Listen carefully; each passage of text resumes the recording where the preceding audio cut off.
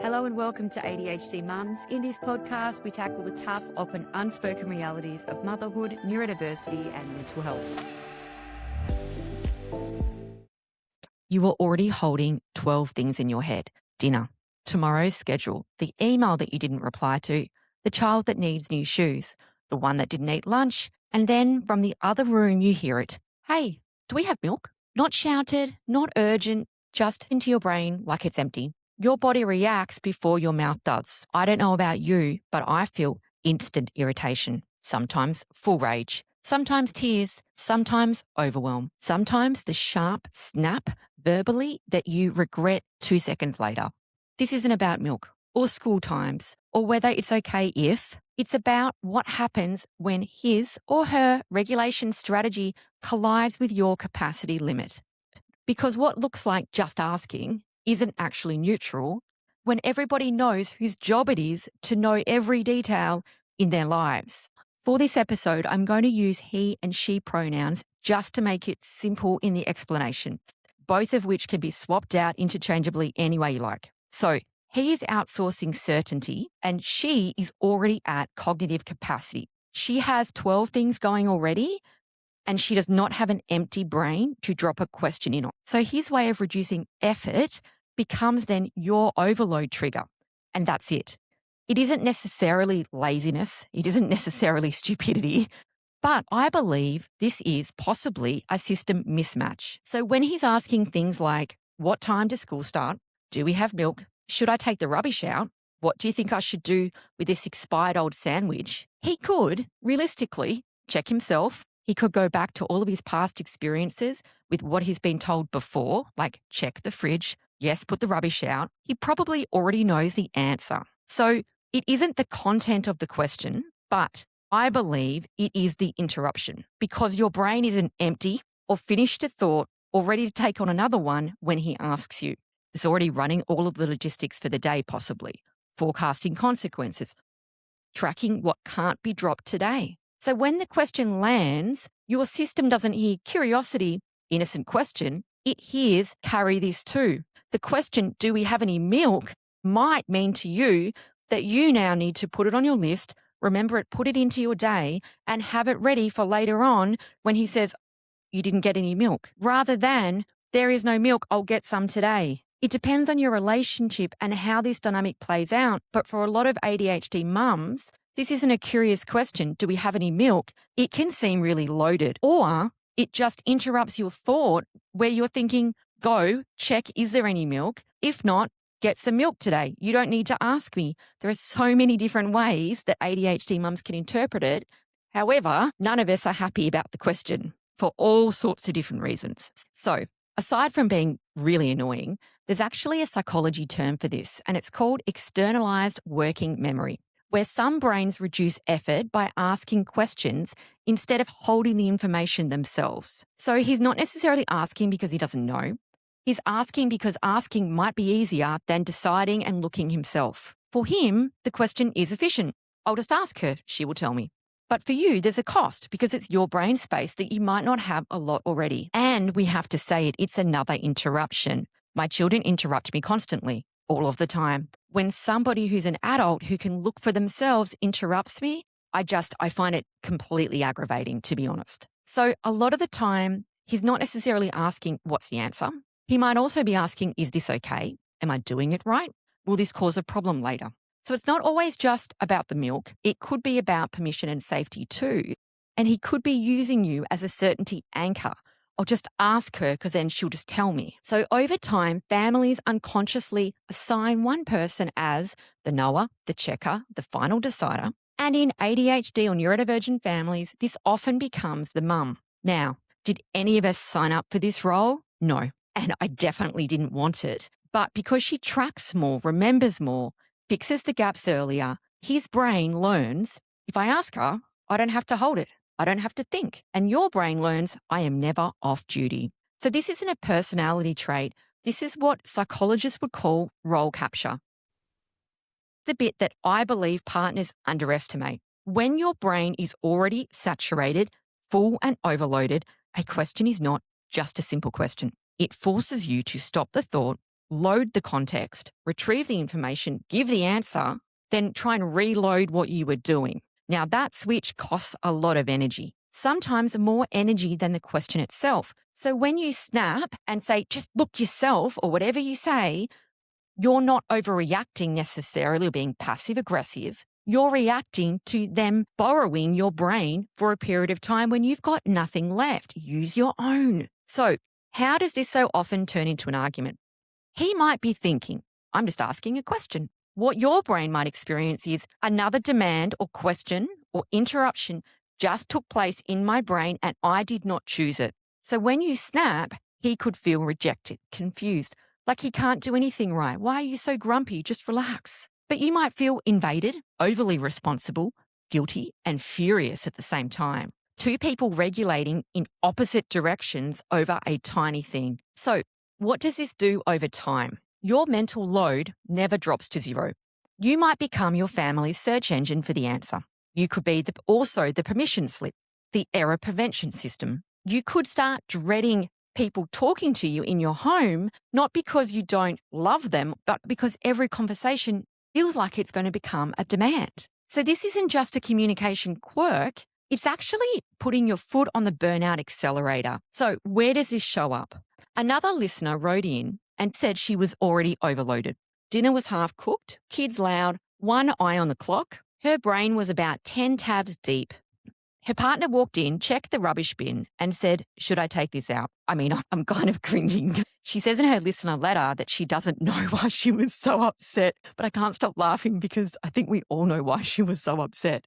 But she says in her letter that she snapped. She didn't yell, but she got sharp, real defensive, and really kind of snapped and tore his head off. I can't stop laughing. And she said, I don't know, can you not ask me right now? But I assumed the tone, and maybe there was other words in there. But it really surprised, can't stop laughing. He went quiet and she said she felt really awful. Because objectively, it was a reasonable question. I can't stop laughing because it wasn't reasonable. That is a really irritating question.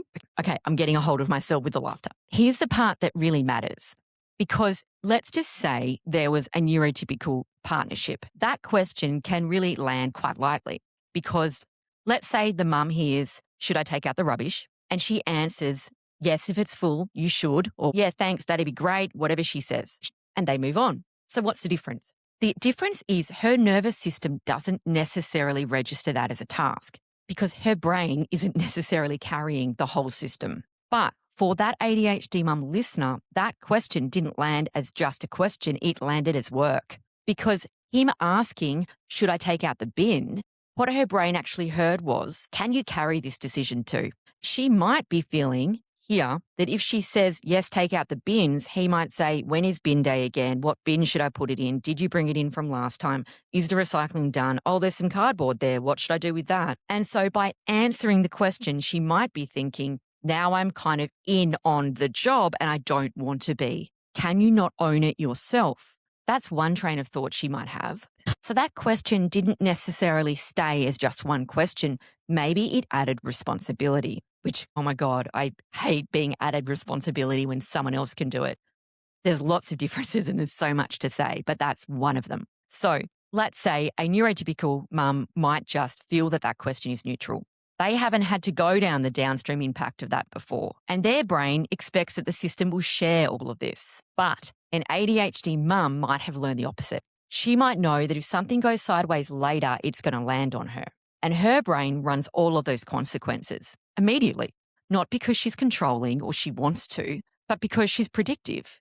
So maybe her reaction to the question looked like she was a bit snappy, a bit stressed, probably tired, which is exactly why no one flags it as the problem. My husband has called me Snappy Tom before because he says that I snap at him. But do we snap because of this reason? I know when I've been called Snappy Tom, it's because I'm asked questions like that. Maybe she was told that she should relax. She shouldn't overreact. It's not a big deal. It's just a question. Just answer me. But maybe her body or her brain feels something that she doesn't have language for yet. Because this isn't about just the bin. It's about being asked to hold one more thing when she's already full. I also want to add something personal because this pattern doesn't just show up one way. I do not pre-plan anything that I'm going to do. I just do things.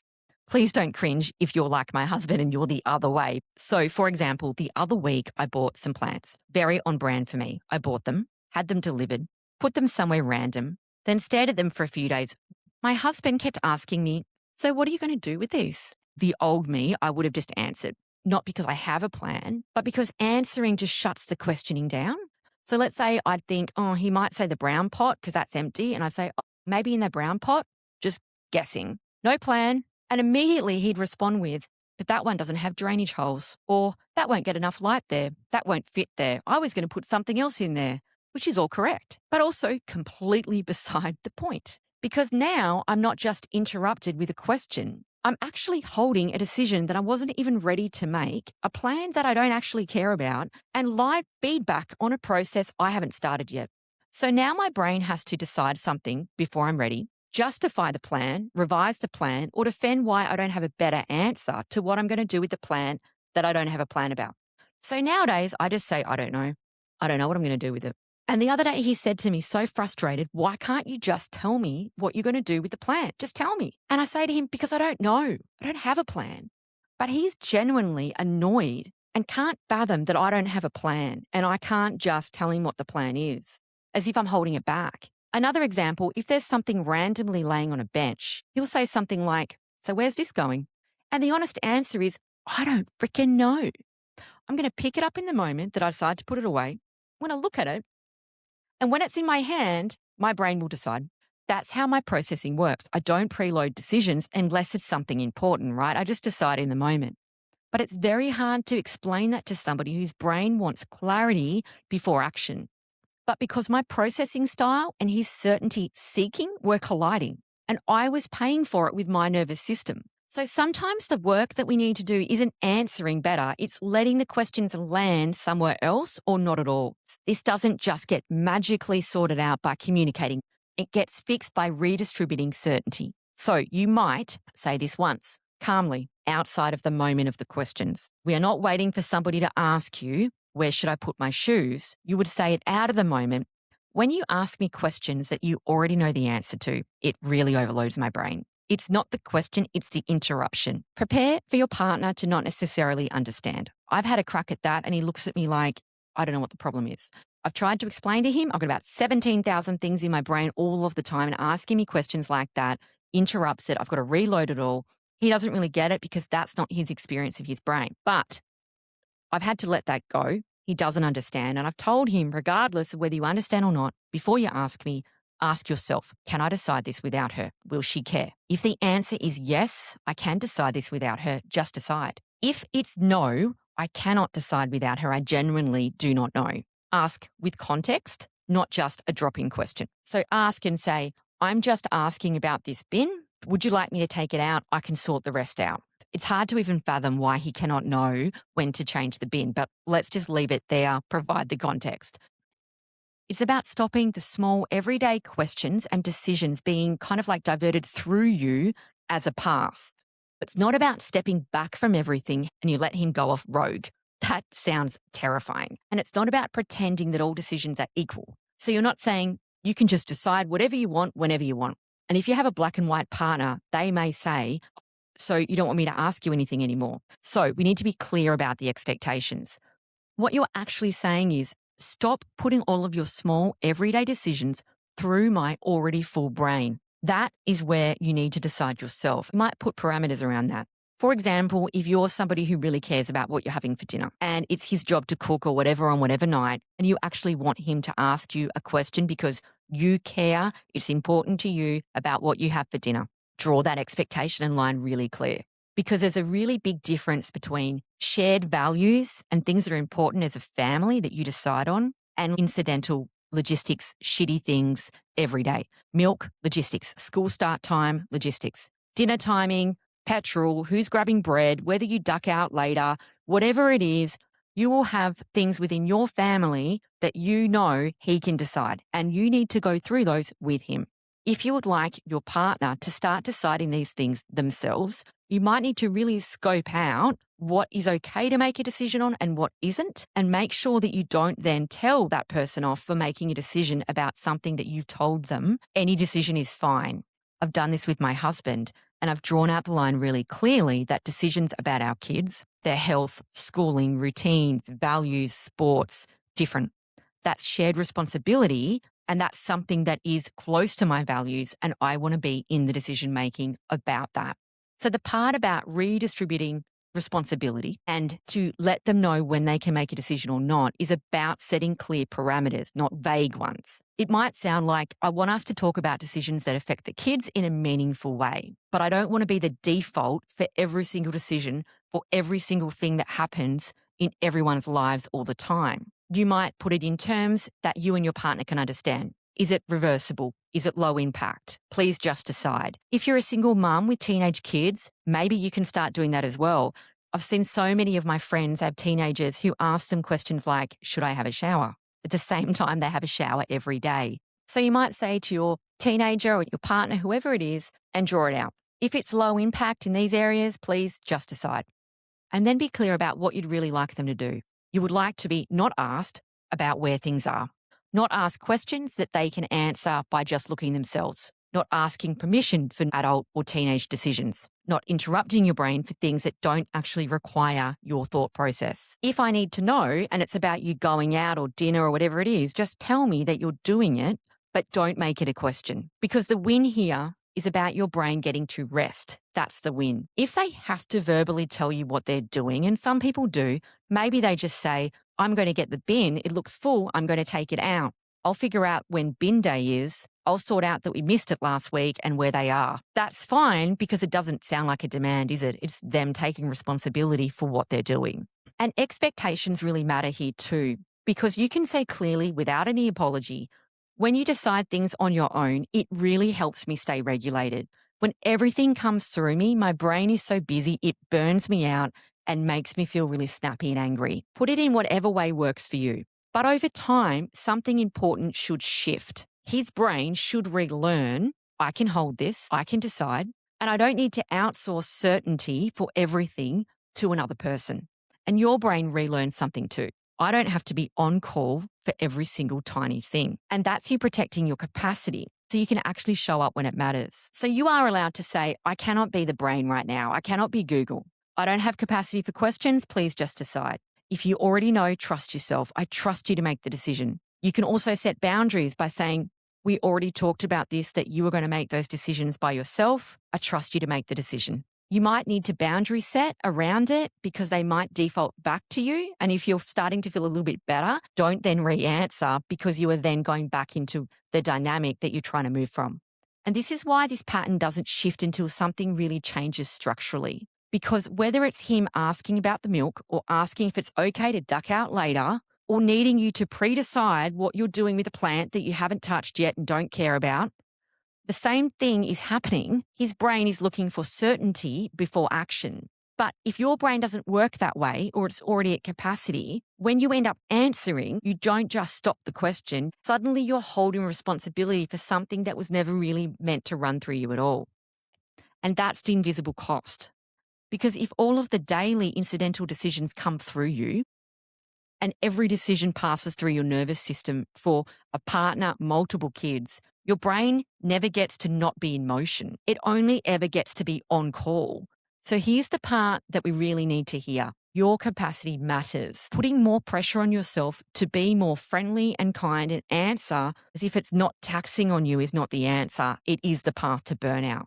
The change might be to stop being a part of every unanswered question in your household. He might have to hold uncertainty. You might have to let decisions exist without instant resolution. You might have to be irritated by things not happening the way that you want them to. By giving responsibility fully to another person, it stops costing your nervous system. And you get to decide about the questions that you would prefer he do anything with than ask you. And you can lay that out clearly. And the moment that you stop just auto-answering and you don't rush to fill the gap, your family system has to send that somewhere else. And that's redistributing the load in this particular area only. But that is how your brain starts to rest without falling apart. If you would like your listener question answered, please write in. There is a jot form on the bottom of the show notes. If you've enjoyed this episode, please send it to a friend. Thank you so much for listening. See you next week. Quick announcement. Did you know that we have an ADHD Mums shop filled with resources designed just for you? These resources are packed with answers to the most frequently asked questions I get sent in via email. Everything from understanding ADHD and autism to practical tips for daily life. There's also a free assessment tool. If you're wondering about ADHD or autism for yourself or your little one, don't forget to check out the free assessment tool under free resources section on my website adhdmums.com.au.